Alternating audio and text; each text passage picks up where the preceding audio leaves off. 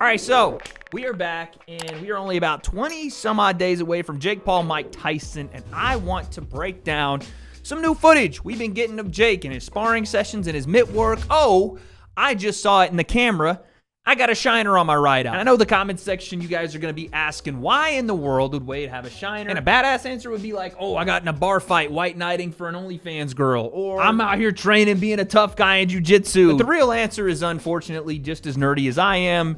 I got a black eye from trying to fix my microphone. This guy right here is undefeated versus me, and we're going to have a rematch after this video because there's some things that are going on with it. But this has happened to me before. You've probably seen it on my Instagram. I actually cut the brim of my nose one time doing this.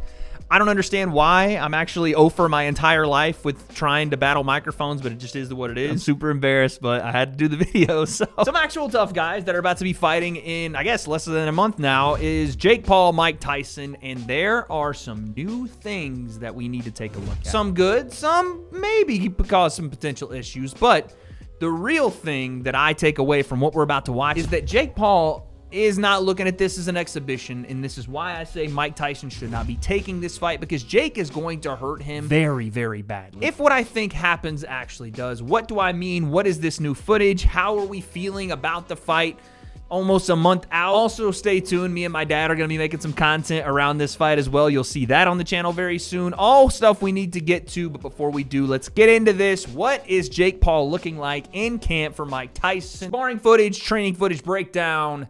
Let's go. All right, so first things first, this is Jake hitting the heavy bag. This is on his Instagram. We have to mute it because as much as I like Drake, we're not trying to get TOS here. Let's take a look at Jake on the heavy bag. We're just going to let it play through. Already, I'm seeing some stuff that I do like. A lot lighter on his feet. 1-2, 1-2.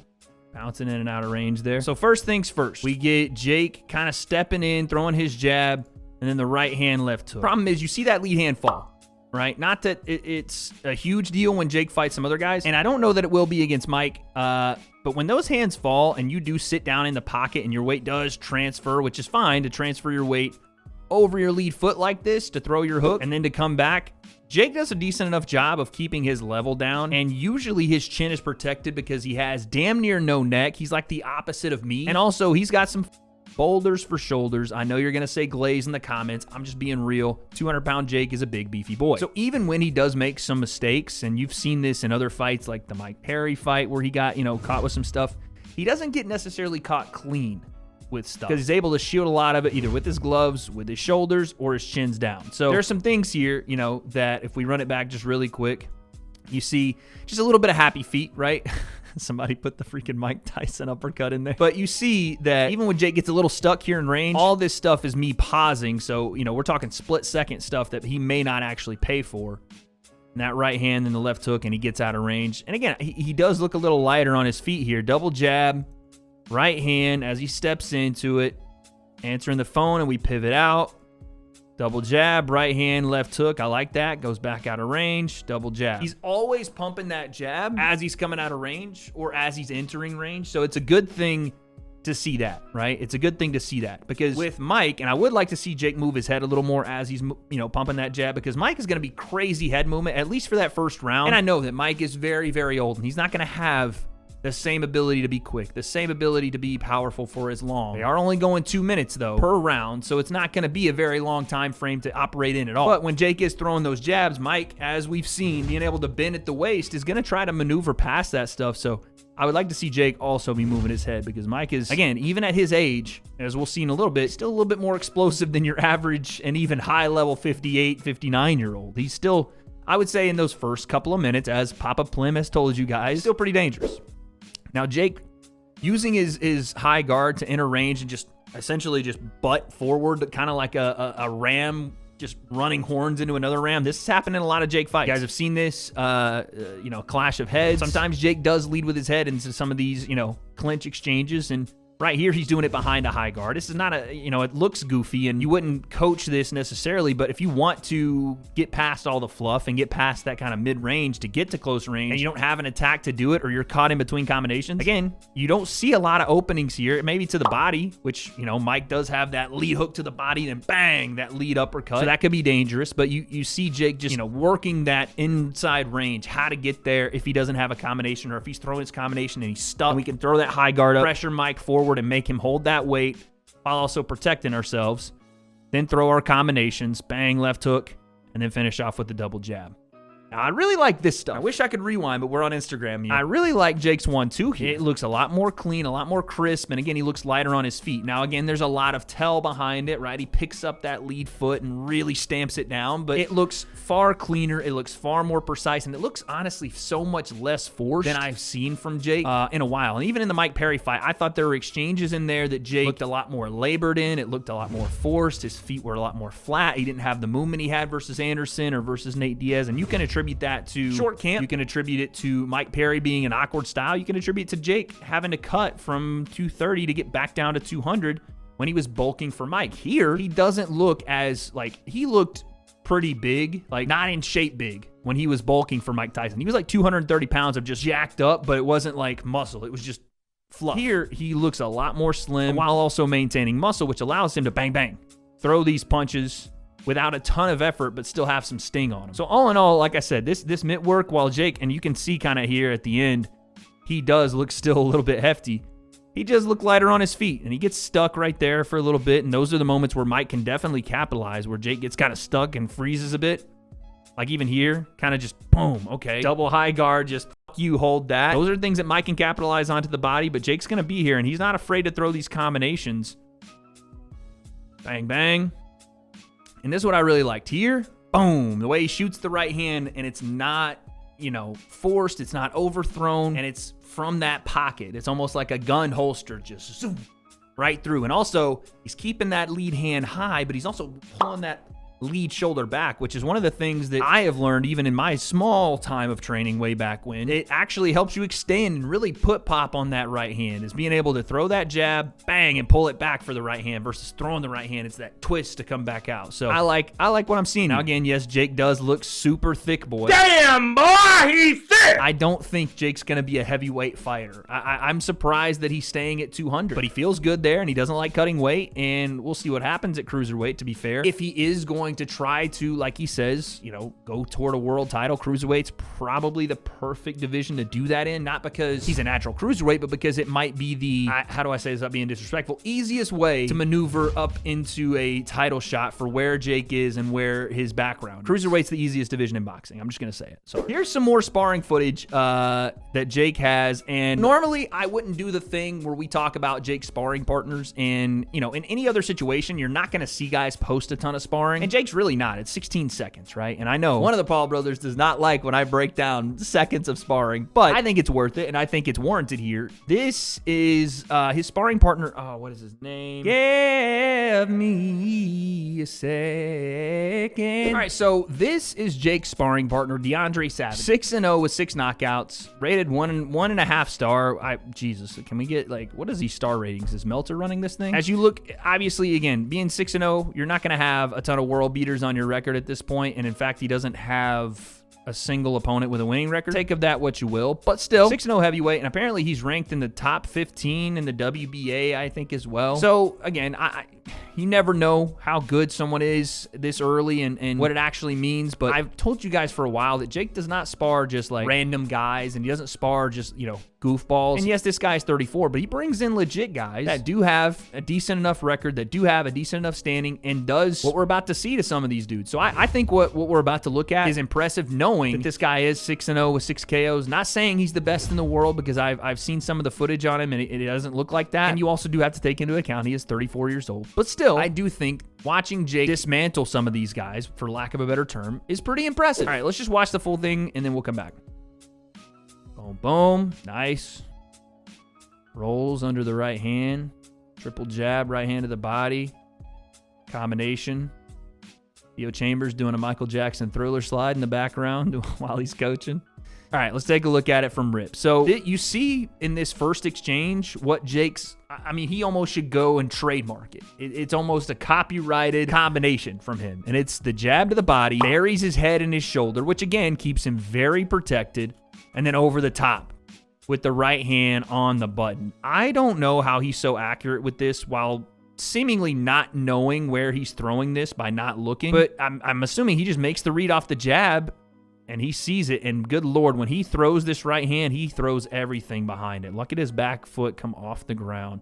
Boom, bang. And it's not a bad thing for that back foot to come off the ground because of where it ends up. If he was just throwing this and the back foot like ended up next to his lead foot, like right here next to it, then I'd be like, yeah, he's baseball pitching this. And he, to a degree, is, but he's learned how to balance and roll back under that and keep himself aware if the combination comes behind that. Let's say he misses that right hand. Old Jake and new Jake to the boxing game would have missed this right hand and would have been square.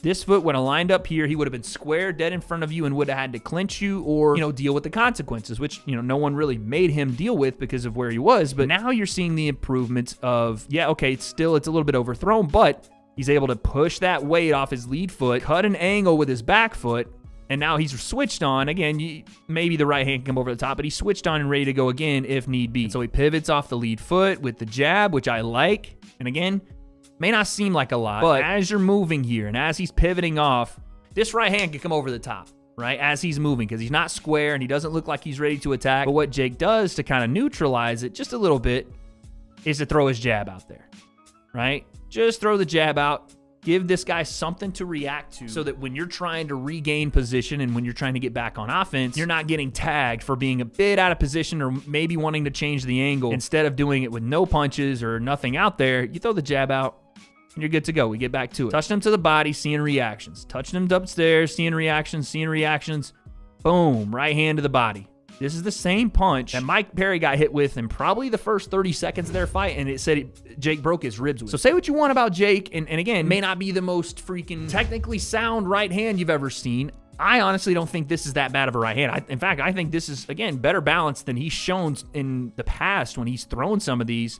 This is a solid shot to me. Yeah, his foot comes off the ground a bit here, but so what? He's clubbing with that right hand, and I've seen many of guys be far more successful with far less technique at the heavyweight, cruiserweight, and most, some divisions at the higher weight classes. So this is a good right hand to the body, and he broke Mike Perry's ribs with this. Bang. So the guy hits hard. I don't care what you say, and again, I'm not trying to sit here and whatever. The guy cracks. And then we go from there. This guy tries to push in behind his high guard, as we saw Jake do just a second ago on the heavy bag, because he feels, right, he's not ready to throw a punch just yet, and he feels something coming back from Jake again, so he's just going to push into it, try to cut off and not let Jake get extended with the punches. So Jake doesn't, but he throws some clubbing shots here. And then a right hand. I don't know if he fully got that one, but he did get it through the guard. You see DeAndre Savage, he kind of pulls back here, and Jake is left reaching just a bit with that right hand, which again, you see him overthrowing this sometimes, but Savage doesn't really make Jake pay for any of this stuff because he's so off balance from the combination, trying to get himself set, hands are low. So there's not, there's a lot if you want to criticize what DeAndre Savage is doing defensively here, but the biggest point is he's not making Jake pay if Jake's missing or he's overthrowing, and I think that's because of the volume of punches Jake's throwing here, the fact that Jake's not backing up after he throws punches, so he's throwing. You see that big shove off from the sparring partner, and then Jake's just right in his face again. So sometimes, unless you have great ability off your back foot, or if you can create space like he does here with his upper body, and you have the ability to throw off of it, and he may have landed that right hand. It's really hard to tell because Jake's face is in the way. You don't have an ability to counter off because he's just continuing to put pressure on you and be in your face. And again, left hook, double left hook, they change, and Jake goes right back to the center. Feints out a right hand there, gets a little saucy, gets the El Gallo de Dorato rooster kick there. Hey, watch out, be careful. And again, just the feint alone, even if Jake's in a terrible position here, this guy's not ready to throw back. He has all the openings to, but he's just not ready to. He bites on the feint. So what I take away from just this specific clip is that Jake wants to meet Mike in the middle or wants to be on his front foot. He wants to pressure Mike. He doesn't want there to be a ton of space where he's moving backward. That's what I get from this. And it could be, if you want to beat Mike Tyson, even if he is 58, whatever, you want to shut down a lot of the explosiveness that he has. And usually inside, he's really explosive. So most guys would tell you to stay away right? Stay away and frame and you know, use your feet. And maybe Jake will do that, but it looks like Jake wants to you know, stand in the pocket and give Mike maybe a bit of his own medicine. I'm not sure, but it looks like that there is at least again, from this footage, a clear focus on being in the pocket on that front foot. All right, so then we had another session here from Jake and DeAndre Savage, and this looks like a bit of a different scenario where Savage is on the front foot. Let's run through it once again, and then we'll come back and break it down. Don't charge at me, Tyson. Drink Celsius. He said, "Don't charge at me, Tyson." And you see the combination. So here's a different scenario. This is where Jake is on his back foot. It clearly does look like Savage either thinks he has won the last combination or feels very good about this jab, because he sticks a jab right in Jake's face. Bang. Hits him with a big one. Jake kind of rolls with the right hand on his back foot. And Savage thinks, okay, I got you there. I hit you with a stiff shot. And maybe even before that, right? Because this right here where he does this little shotgun cocking with the right hand, that tells me he's confident. That tells me he's gotten the better of Jake in some facet here in this sparring, right? Bang. Missed the right hand, even though, yeah, it might have got through on the... Nope. Jake avoided it. But still, he feels confident. He feels successful. And a lot of guys do this with Jake where they think, I've got him now. Now I've hit him. Now I've hurt him. He's not ready for this pressure. I'm going to walk him down. And Jake goes to the copyrighted material. Like I said, trademark it, because here it comes. You got cocky. You got a little bit taller in your stance if you're DeAndre Savage here. Not that I think Mike Tyson's going to do that. They don't even fight remotely the same way. He pumps out the jab, ready to just unload a right hand. Jake uses his forehead, says, cool, hold that. I'm going to intercept your jab with my forehead and the top of my head. Ducks into range, jab to the body. Right hand over the top. Make your freaking hips drop and do the stanky leg. I mean, listen, that's impressive. Now, again, is DeAndre Savage Mike Tyson? No. Is this, again, how you see a lot of right hands thrown? Not all the time, but Jake has an ability to find your chin with it. But you have to admit, a guy in Jake Paul, who is not a natural heavyweight, who is throwing in 16-ounce gloves, maybe 14-ounce gloves, they're not 10 ounces, and headgear on, drops this heavyweight to the floor. It's impressive to me, because I've seen him drop light heavyweights, right? 175 to 190. I've seen him drop cruiserweights, but I haven't seen him drop a heavyweight, and he does it with relative ease. The kid is strong as hell. Bang. On the chin. And then the don't rush at me Tyson part makes me go, okay. So there's two ideas here. One is that Jake, you know, stays in the center of the pocket and lands his stuff and ties Mike up. Or two, he does want to, you know, box on that back foot, throw his jab out, bang, move, pivot like we saw him on the heavy bag, circle out. And then when Mike, you know, potentially lands a big shot, or when he's trying to walk Jake down behind that head movement and working past his jab just to get to range, like we did see. Leo, you could throw the clip up of Mike in the Roy Jones fight, kind of somewhat clumsily doing what Mike used to do, very finesse and very beautifully. That head movement, bang, bang, bang, get to range, and then he kind of crowded himself. I could see one of these things being a possibility. Where not in this same way where Mike is like, you know, talking that stuff, throwing his right hand out like gotcha, and then gets clipped, but potentially rushing into range to try to cut distance like he does. And Jake landed a nasty, nasty overhand on Mike. But again, what I'll tell you is when Jake does throw these things, does a good job of tucking his chin, covers his face with his left shoulder, and then rips that right hand over the top, man. I can't believe how accurate he is while looking at the floor with it, but it's crazy. The biggest thing I take away from all of this is that Jake has now cleaned so much stuff up. And yes, there's still some holes there. Jake still overthrows the right hand from time to time. He still does duck into the right hand and look at the floor. And, you know, sometimes he gets frozen in some of his combinations and then has to kickstart it. But he looks a lot cleaner. He looks a lot lighter on his feet, and he looks more decisive in his boxing. He doesn't look like he's just throwing and hoping. It doesn't look like he is figuring it out on the fly. It doesn't look like a guy that's been training this just for a short period. He looks like a boxer, which is why I say I think Mike is in real trouble here, if not for the openings that present themselves early in rounds and in the early rounds as well. What I mean, the first minute of the 2-minute rounds and the first maybe 2 to 3, 4 rounds of the fight. I'm not saying Mike can't be fresh for the entirety of the fight.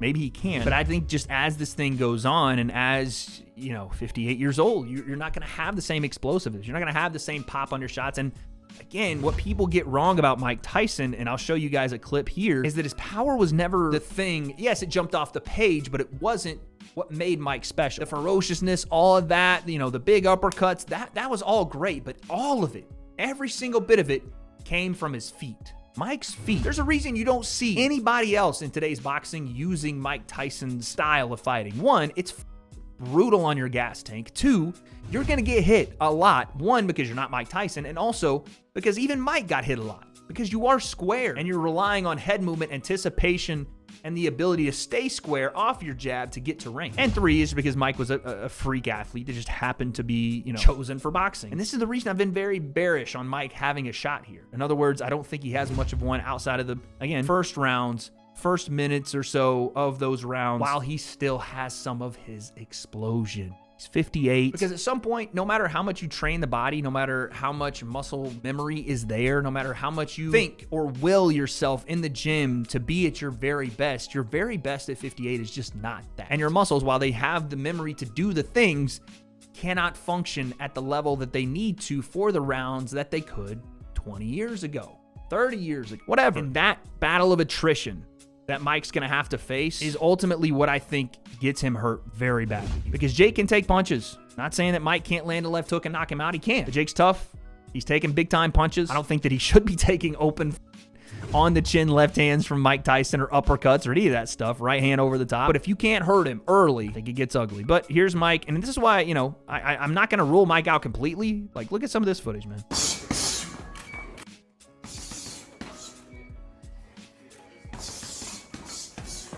And that's that muscle memory I'm talking about. Look at every combination. Now, again, he's not moving in and out of range, but, right, off the left hook, we go and level change, roll under. Bang, bang, bang, bang, bang, roll. Everything. Everything's head movement after every combination. Bang, bang, jab, left hand. Bang, cut angles.